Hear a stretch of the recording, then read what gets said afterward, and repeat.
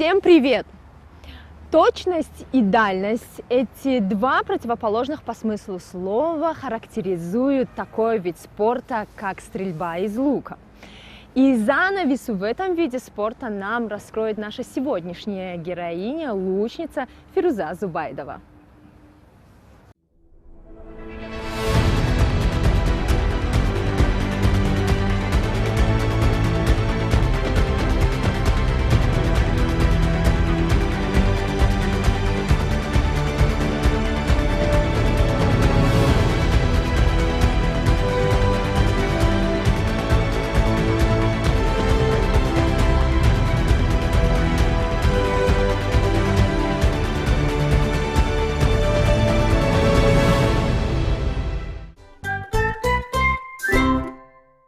Итак, Фируза, для начала я бы хотела вас спросить, как вы вообще пришли в спорт и почему именно стрельба из лука?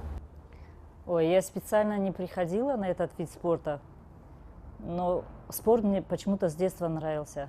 Но, наверное, от того, что я чересчур подвижная была, и я пошла сразу в дзюдо. В дзюдо? Я дзюдо занималась. Вы начали с дзюдо, получается? Да. Я в детстве хотела спортом заниматься, но мне мама не разрешала. Но после того, как после 8 класса я ушла, поступила в медучилище, там у нас девчонки сказали: ой, открылась секция, дзюдо не хочешь? Я говорю: ой, хочу. Побежала, меня сразу взяли.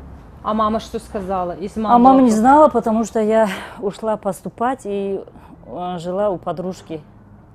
Мама даже не знала, что я занимаюсь этим видом спорта. После того, как начали уже по телевизору показывать, и я начала уезжать на соревнования, только тогда она узнала, что я занимаюсь дзюдо. Потом как-то занималась до кандидата, я там выполнила кандидата.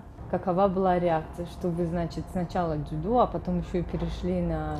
Ну, больше реакция была на дзюдо, потому что я жила не в городе, я в районе жила.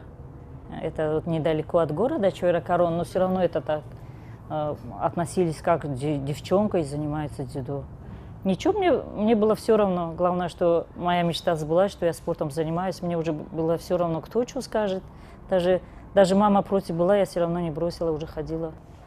Я работала уже в то время, пока я занималась, закончила училище, в диспансере физкультурном работала. Угу. И что делали в диспансере физкультурном? Медсестрой была. Угу. Работала с спортсменами. Первая помощь для спортсменов? Нет, там у нас республиканская была. Там спортсмены, когда проходили медосмотр, в то время там у нас все виды, и психологи были, и массаж, и физиотерапия, ухо, горло, нос, все врачи были. Я там работала, у нас как по узким специалистам, нас могли туда, я могла работать и ухо, горло, нос, и могла работать в физиотерапии. Ну, такая многопрофильная. Да, многопрофильная. Ну, потом я уже как повышение квалификации меня отправили массажистом, я потом уже начала ездить с спортсменами массажисткой. После того, как я поругалась с тренером, дзюдоистом, он сказал: ты вернешься? Я говорю: нет, не вернусь. А почему поругались с тренером? Ну, что-то я, наверное, не то сделала. Он меня поругал, а я не люблю, когда меня ругают. И где-то, наверное, я считала, что я права, а он думал, что он прав. И меня это задело, что он меня поругал. Я говорю: больше не приду. Он говорит: куда денешься, придешь. Это на самом деле любым видом спорта, когда ты занимаешься, вот говорят наркоманы, да, спортсмены в какой-то мере, они как наркоманы, если занимаются профессионально, они уже без спорта не могут. Это я уже на себе знаю. Я почему с диспансера начала, я там работала, а там рядом с диспансером стрельба из лука была. И я когда в ухо, горло, нос, вот кто знает, например, кто, например, сейчас смотрит, видит, там рядом у нас ухо, горло, нос был, и я в окошко выглядывала, думаю: пойти, не пойти, не хочу возвращаться в дзюдо. Так и так мне все говорили: ой, ты как мужлан стала, такая здоровая стала, как мужик. И мне, конечно, было неприятно, когда говорили. Вес гоняла я также. Я почему понимаю, когда борцы говорят, борцов я хорошо понимаю, очень тяжело вес гонять там это. И я пошла, все-таки решилась, пошла, пришла в стрельбу, мне сказали, а мне тогда 22 года было. Мне сказали, сколько тебе лет? Я говорю, 22, так еще счастливая такая. А этот тренер... А это уже поздно. Да, и Салимов был у нас, Зубайдулов, он говорит, ой, да ты старая. Когда он мне сказал старая, я чуть не заплакала и начала уходить. Там моя Хасана была, Алиева, она говорит, я говорю, моя Хасана, а я ее уже знала, он тоже тренер по стрельбе из лука, она говорит, у меня вот есть ученики, а вот там еще один Виталий Егорович есть, он, по-моему, возьмет. Я подошла к нему, Виталий Егорович, возьмете меня стрелять? Он говорит, конечно, я всех беру, идем, говорит. И я встала, он дал мне лук, смотрит, я тяну хорошо. Где-то пару дней постояла у щита. Смотрю, уже надоела мне эта стрельба, что-то не иду ни на дистанцию, никуда. Я говорю, ой, я больше не буду заниматься. Он говорит, почему? Я говорю, вы что меня около щита поставили? Я что, буду у щита годами стрелять? Нет, нет, говорит, уже все, сейчас я тебя выпущу на дистанцию. И как он меня на дистанцию поставил, и я пошла, через полгода я мастера сделала. То есть, получается, основу ты заложил Физически, дзюдо? Да, потому что физически я уже готовая была. А там у нас лук начинается с 12-13 килограмм сила натяжения до 21, до 25 килограмм у мужиков. У женщин с 13 до 20, ну, зависит комплекции. Если ты большой, руки длинные, больше можешь тянуть. Если ты маленькая, например, до 13-14, до 16 килограмм. Я, например, тяну 19 килограмм. У меня сейчас девочка, которая молодая, сейчас она уже 19 400 тянет. Молодые, они более такие уже. Если физически готовы, они уже и стрелять. Главное еще голова, чтобы на месте была. Ну, в том смысле психологически, я имею в виду. А тяга откуда такая к спорту? Я не знаю. Нет. Нет. У меня отец преподаватель родного языка, литературы, мама домохозяйка, брат художник. То есть нет ни одного спортсмена? Нет. Вот как вот начали телевизор, Олимпиада 80-х начали показывать, в 80-м году Олимпиада. Вот у меня я начала смотреть, потом хоккей я много смотрела. Хоккей, когда играли, прямо у меня... Я сидела, смотрела, о, СССР выигрывает там. Я прям болельщица была такая. Спорт, не знаю, вот мне нравилось.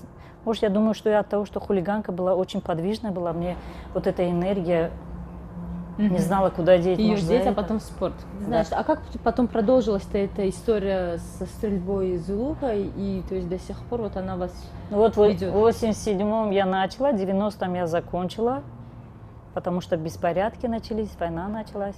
И я потом уже замуж вышла, детей родила, уже не думала, что возвращаться будем. Потом как-то девчонки пришли и говорят, вот моя Хасана Алиева, она вышла на работу как раз и сказала, Фируза, не хочешь попробовать? Тогда Наргиз Набиеву позвали, Гавхар Пулатову, потом Салимова Гульчера. Они как раз поехали в 2003 году в Пусан, первые соревнования, азиатские игры, поехали они в Пусан. И потом мне сказали, давай тоже. Я говорю, ой, смогу ли я? Меня прям и радость была, и прям внутри начала трясти. Муж говорит, куда ты пойдешь? Спасибо моей свекрови, моему свекру, которые пришли и сказали мужу, пускай идет, тренируется.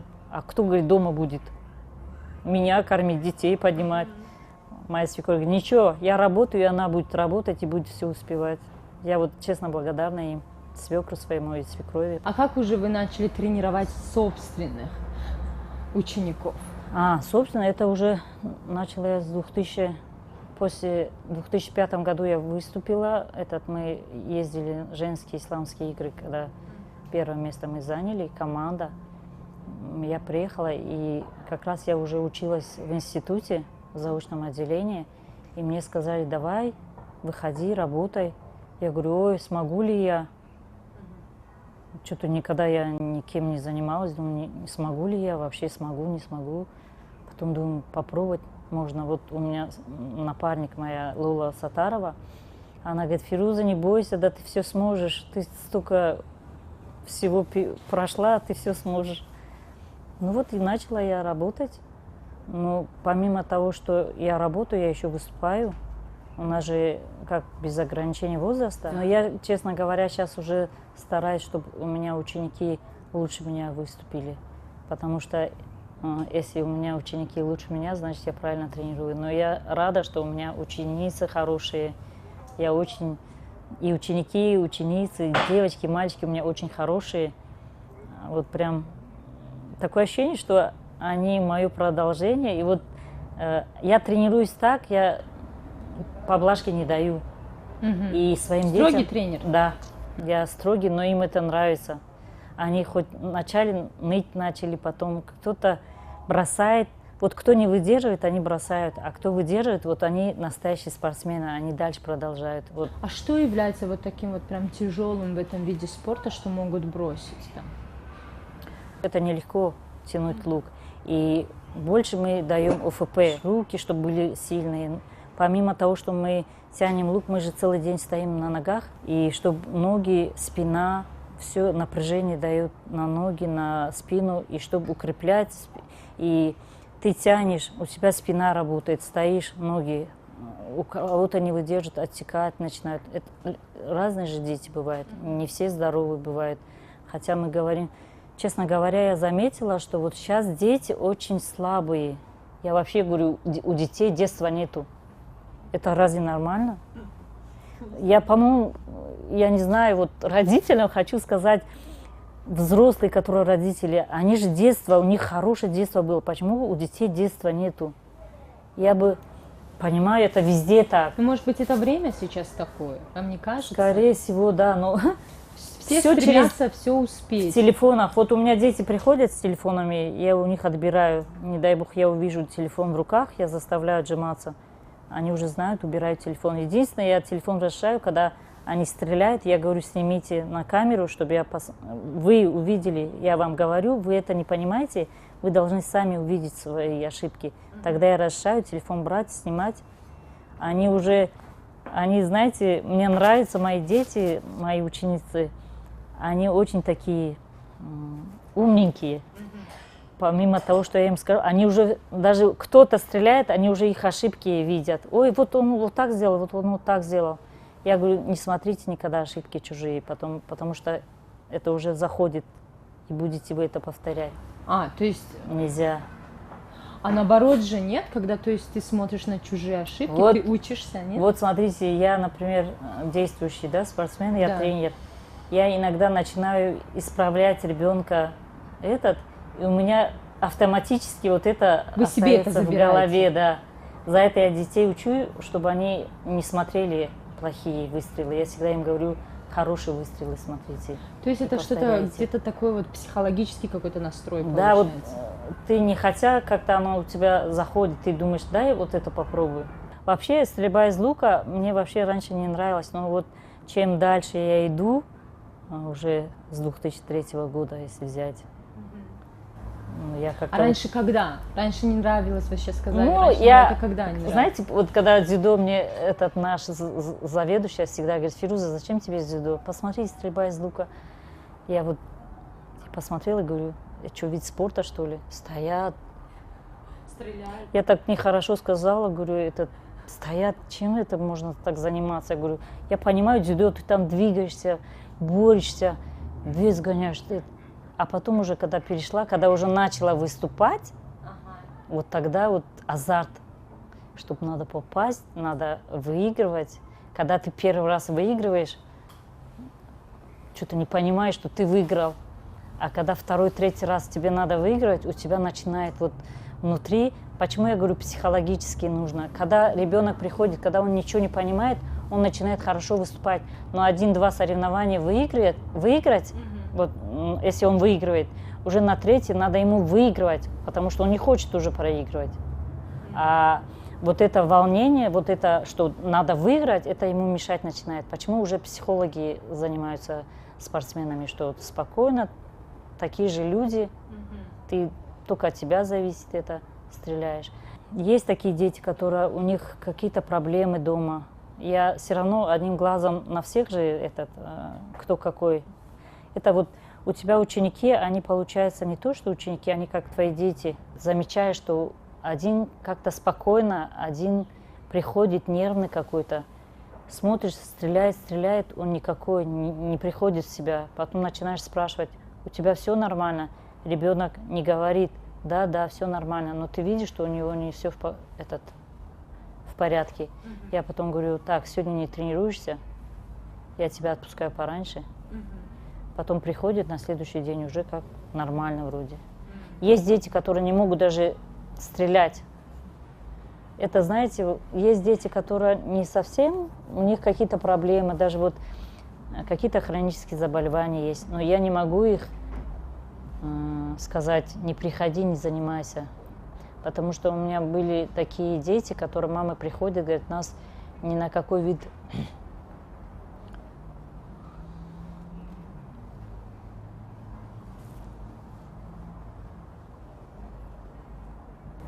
Салфетки принесите.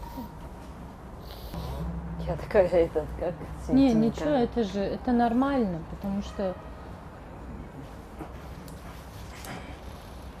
это жизнь. От этого никто, конечно же, не застрахован. Я понимаю, что у нас есть дети, которые не могут заниматься, но родитель говорит, пожалуйста, возьмите моего ребенка. Не могу. Так смотришь, ребенок здоровый. Ну, по каким-то таким вот Да, причинам потому что физическим они не могут. Тренера заниматься. говорят, нет, мы не берем, потому что если проблема у твоего ребенка, сейчас я чуть-чуть в себя приду, я не буду.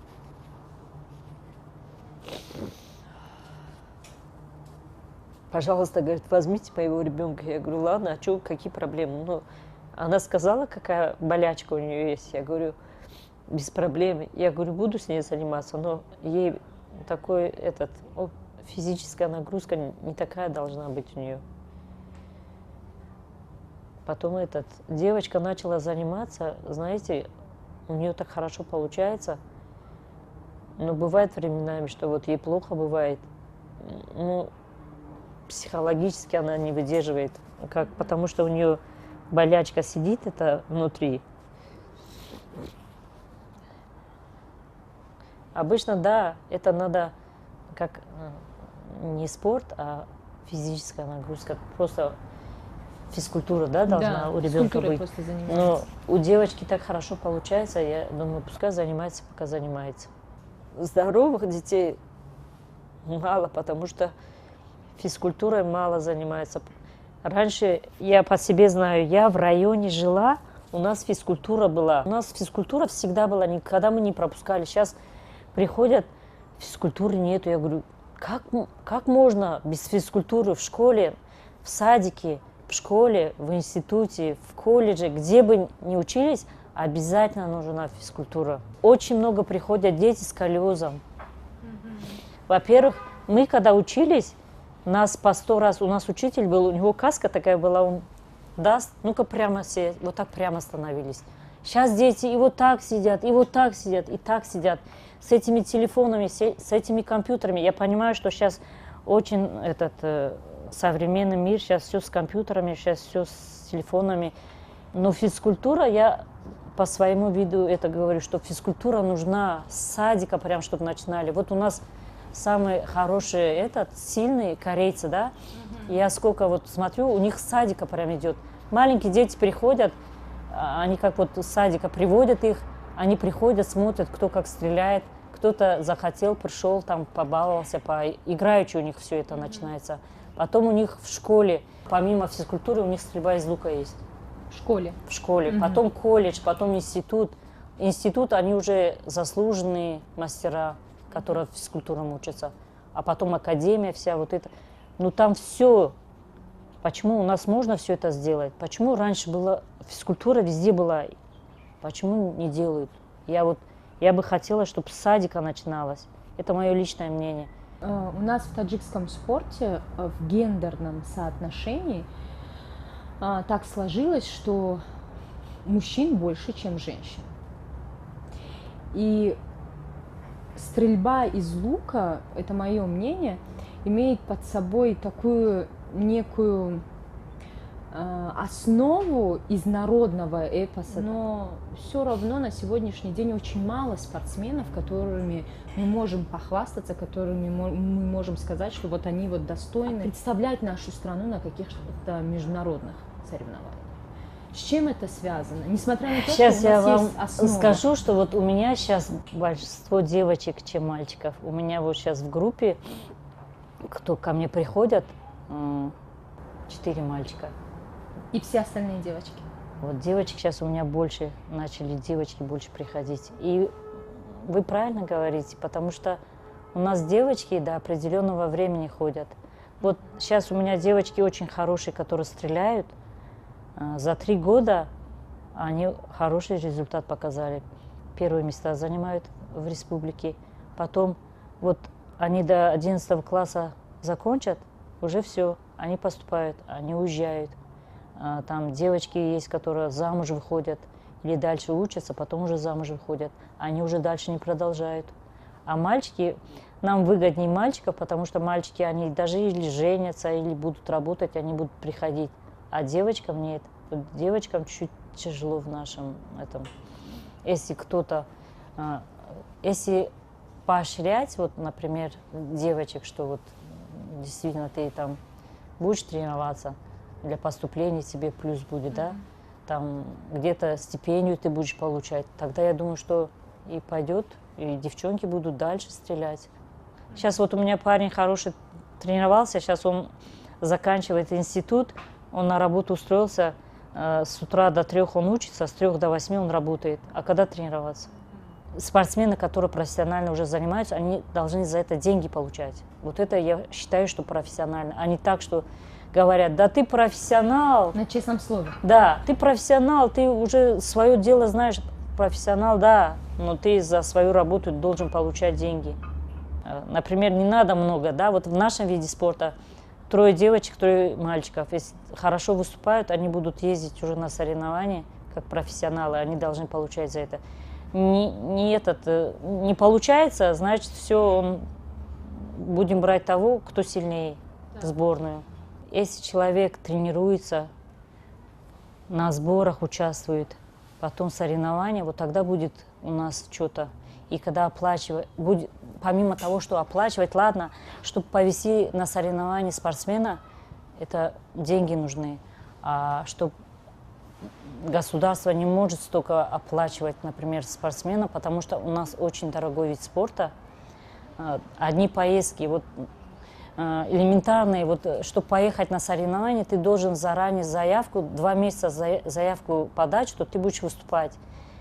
Но ты не знаешь точно, ты поедешь или нет. Например, заявку ты делаешь, а не получилось у тебя поехать. Ты 500 евро получишь за то, что ты заявку сделал и не поехал. Это как штраф получается. Как штраф. За то, что ты будешь участвовать, например, на чемпионате Азии, на Кубок мира, чемпионате мира, ты платишь 250 евро за то, что ты будешь участвовать на одного человека. Наши некоторые не понимают, говорят, а что можно купить гостиницу самую дешевую найти? Но у нас нету такого. У нас такой вид спорта, не знаю, другие виды спорта, по-моему, тоже так же. Это правила такие. Если ты участвуешь на чемпионате мира, Кубке мира, ты должен жить в такой гостинице, которую они тебе говорят. За гостиницу надо, за билеты надо, за визу надо, за участие надо. А сейчас еще присоединилась ковид. Все упирается в деньги. Упирается в деньгах, да. Но это вот, я бы хотела, конечно, вот у нас федерация чуть-чуть слабая. Даже не чуть-чуть слабая, а очень слабая, потому что от федерации много зависит. Если у тебя руководитель сильный, и федерация будет как должна, не спортсмены, не тренера, тренера должны работать, готовить спортсменов, спортсмены должны готовиться, тренироваться, а федерация, например, работает, например, президент, там, генеральный секретарь, вице-президент, еще там целая команда, которая работает. Кто-то, каждый своим делом занимается, и будет идти дела. Федерация должна находить спонсоров. Помимо того, что, например, наш Национальный олимпийский комитет какую-то сумму он выделяет, комитет по делам молодежи и спорту какую-то сумму они выделяют, и федерация. Тогда уже, я думаю, что и у нас будет нормально. Хочу похвастаться, у нас строят стрельбище, высшая школа спортивного мастерства. Там на Фрунзе у нас строят, у нас было 68 метров длина, сейчас нам 115 метров сделали, там комнатки делают, душевые, туалеты, ну, как положено, все делают. Когда уже будет готово, мы позовем вас, покажем. Луки нам купили, этот комитет по делам молодежи и спорту нам купили. Так что у нас, я говорю, потихонечку уже начинают. Главное, чтобы вот дети не бросали, не уходили. За это как-то детей надо заинтересовать, чтобы они не уходили. А считаете ли вы, что стрельба из лука может быть основой развития женского спорта в стране? Не только стрельба из лука, я думаю. Не только стрельба из лука. Не только стрельба из лука. Легкая атлетика, футбол, я видела, что потому что я почему много. говорю именно про Гимнастика. стрельбу из лука, потому что, как мне кажется, по нашей ментальности он больше подходит. Да, вот у нас девочки есть. Я вижу, что девочки очень порядочные, они учатся очень развитые вообще, они, как сказать, и в учебе они отличницы, и дома они хорошие, и в стрельбе везде они преуспевают. Да, преуспевают. Да. Некоторые дети говорят: ой, я не успеваю, у меня дополнительное. Но дети, которые занимаются, они везде успевают. И дома. А есть, которые не хотят, они начинают сваливать: ой, я не успеваю, ой, там у меня болит, ой, мама не пустила. Я по себе знаю, меня мама не пускала, я все сделаю и побежала. Так что когда мне дети говорят: вот меня мама, я говорю: да ты сам не захотел за это, не говори, говорю, на маму не сваливай. Можно все преуспеть, было бы желание. Можно и спортом заниматься, и замуж выйти можно, и родить можно, и потом опять возвратиться в этот спорт. Возвратиться. У меня вот девочка, которая заканчивает 11 класс, она говорит: Фируза, я хочу продолжить свою карьеру в спорте. Я говорю: пожалуйста. Она говорит: я там буду учиться и хочу продолжить карьеру. Я говорю: если увидят твою технику, как ты стреляешь, с руками, ногами тебя возьмут. Готовый человек, готовый спортсмен, кому не нужен. Кстати, вот про технику. Отличается ли техника стрельбы из лука в ваше время и в сегодняшнее? Да нет. Нет? Нет. Самая сильная техника была у советских стрелков. Корейцы, они приезжали на соревнования, они снимали сборную СССР, они снимали по видео, все делали. И самые лучшие, у кого самые знаменитые мировые, которые Аржаникова, там несколько спортсменов, которые самые сильные, они снимали, и вот эту технику они сейчас выстроили все как положено. Вот как корейцы, они работают все одинаково. Например, если у нас в Душанбе несколько тренеров, у каждого свое, а там они стараются, все тренера, одна техника. Потому что если ты заканчиваешь, например, со школы идешь в колледж или там в институт и продолжаешь стрельбу, ты уже не меняешь технику. У всех тренеров одна и та же техника. Ты не ломаешь ребенка. Потому что, например, у меня другая техника, у другого тренера, там, например, я дальше тяну, а другой тренер короткая растяжка. А там они все одинаково делают, они не меняют. Может быть, так и в этом есть и проблема? То есть, если там одинаково, и они первые в этом виде спорта, да, а у нас все разные? У них, во-первых, очень много тренеров, и у них каждый раз они повышение квалификации у них. Согласна, что если все тренера одинаково техника будет, вот как корейцы сделали, то ребенок, если пошел, например, в старшую группу, уже его ломать не надо, он уже будет готовый. То есть он сформированный, да, же уже, да. То есть и он уже вот по одной вот этой технике идет. А так как же сделать так, чтобы и у нас была одна и та же техника? Это надо собрать всех.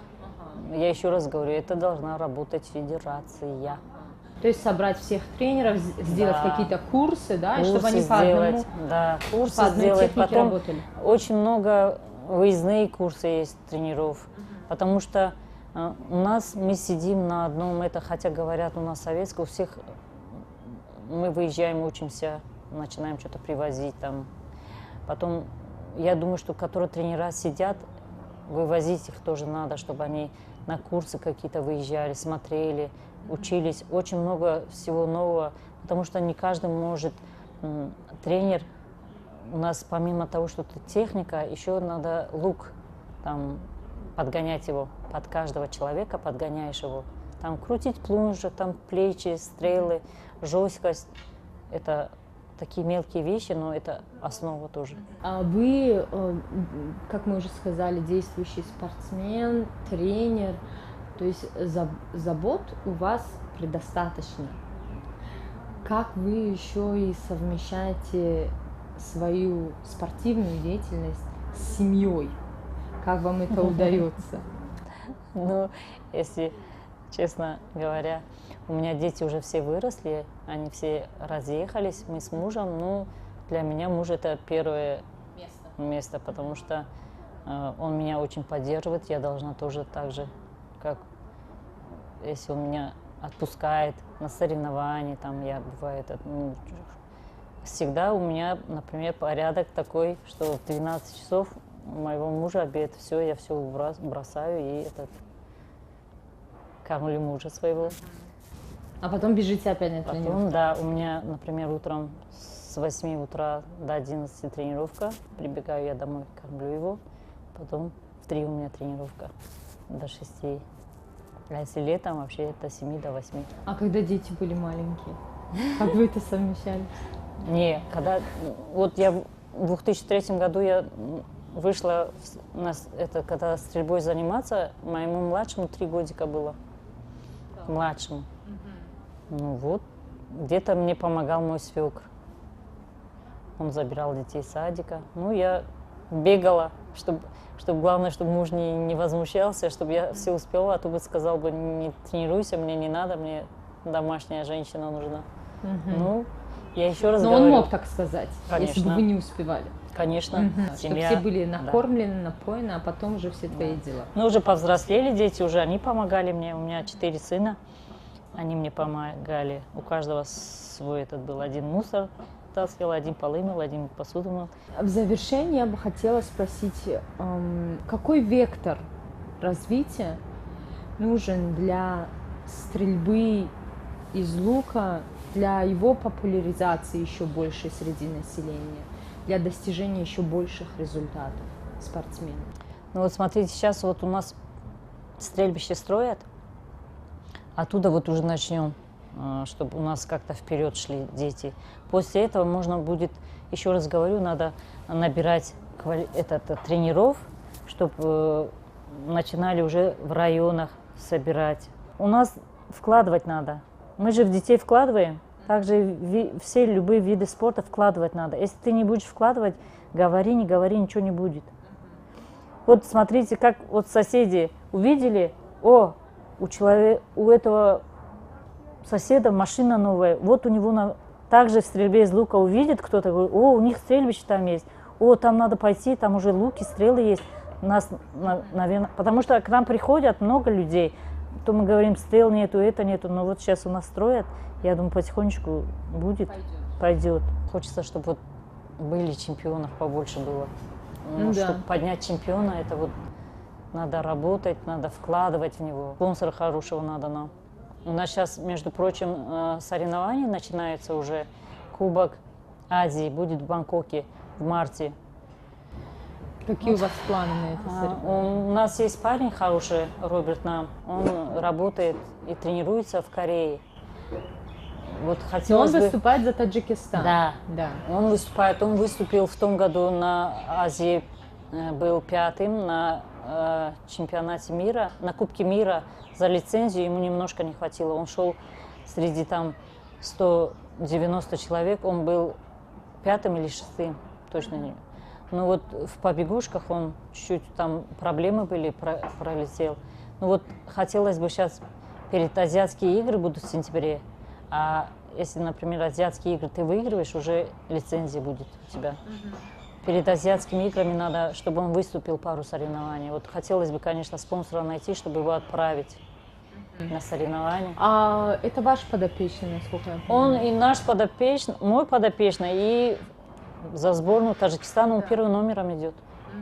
Тоже хочу сказать, чтобы детей отдавали в спорт, чтобы тренировались дети, помимо того, что учебы, чтобы они еще развивались физически обязательно. Спасибо вам большое, Фируза, за то, что уделили нам время, попили с нами чашку кофе, чая, за то, что провели с нами искреннюю, самое главное, беседу. А с вами до скорой встречи. Занимайтесь спортом.